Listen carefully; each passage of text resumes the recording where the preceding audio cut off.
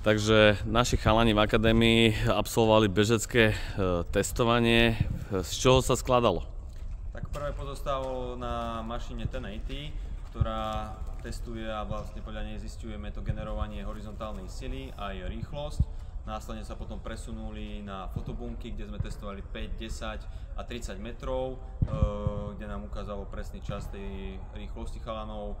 Takisto to bolo rozdelené na tých brankárov a hráčov. Brankári išli na 1080 15 metrov, hráči 30 metrov a na fotobunkách išli brankári iba 10 metrov a hráči 30 metrov. V podstate, čo tým testovaním sledujeme a kde sa týmto testovaním vieme dostať samozrejme správnym nastavením tréningového procesu?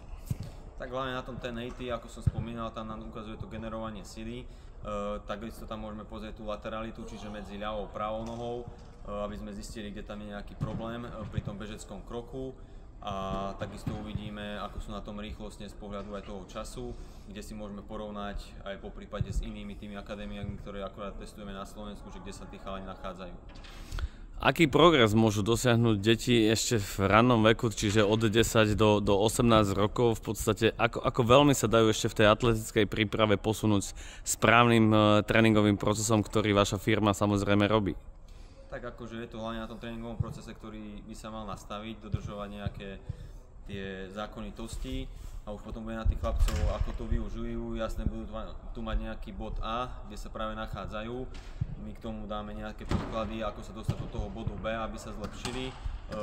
Je super, že akurát je to v takomto veku, že sú tam aj tí 10-roční chalani, kde je to tak optimálne to začať budovať na tej rýchlosti, aby sa to nezačalo až niekde neskoro v tom dorasteneckom veku, už keď končia alebo prechádzajú k mužom.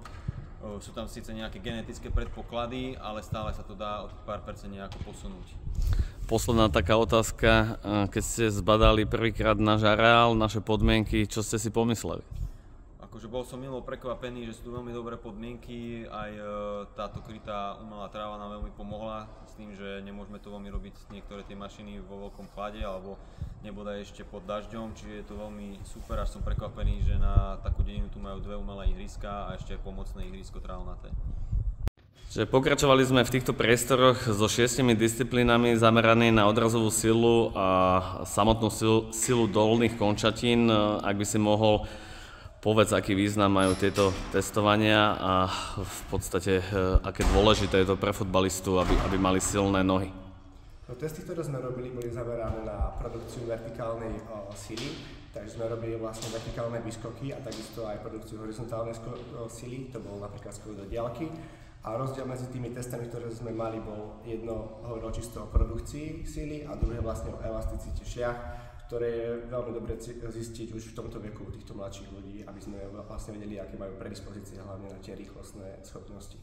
A ďalej sme tu mali potom silové testy, kde sme hlavne zisťovali teda, že či tam je nejaká asymetria alebo nejaké možnosti zranenia. Chcem sa spýtať samozrejme, že osobne si myslím, že sila je to najľahšie v tom futbalovom komplexnom dneska nadstavení, ale samozrejme musí to mať význam efektivity.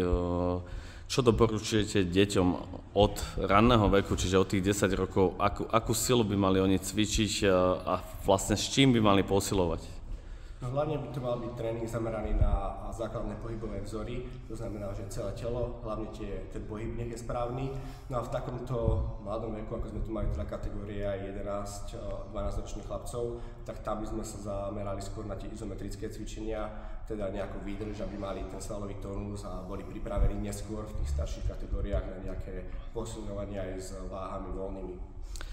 A posledná otázka, záverečná, v podstate, aký máte dojem z chlapcov, ktorí ste dnes otestovali z našej akadémie? Chlapci boli šikovní, testy sa líšili teda tým, že vlastne tieto kategórie veľmi často netestujeme takéto mladšie, takže tam boli vidno nejaké veci, na ktorých treba zapracovať, ale chalani boli disciplinovaní, všetko zvládli podľa pokynov, nezdržiavali sme sa, takže som si istý, že sa s ním bude dobre pracovať. Ďakujeme veľmi pekne.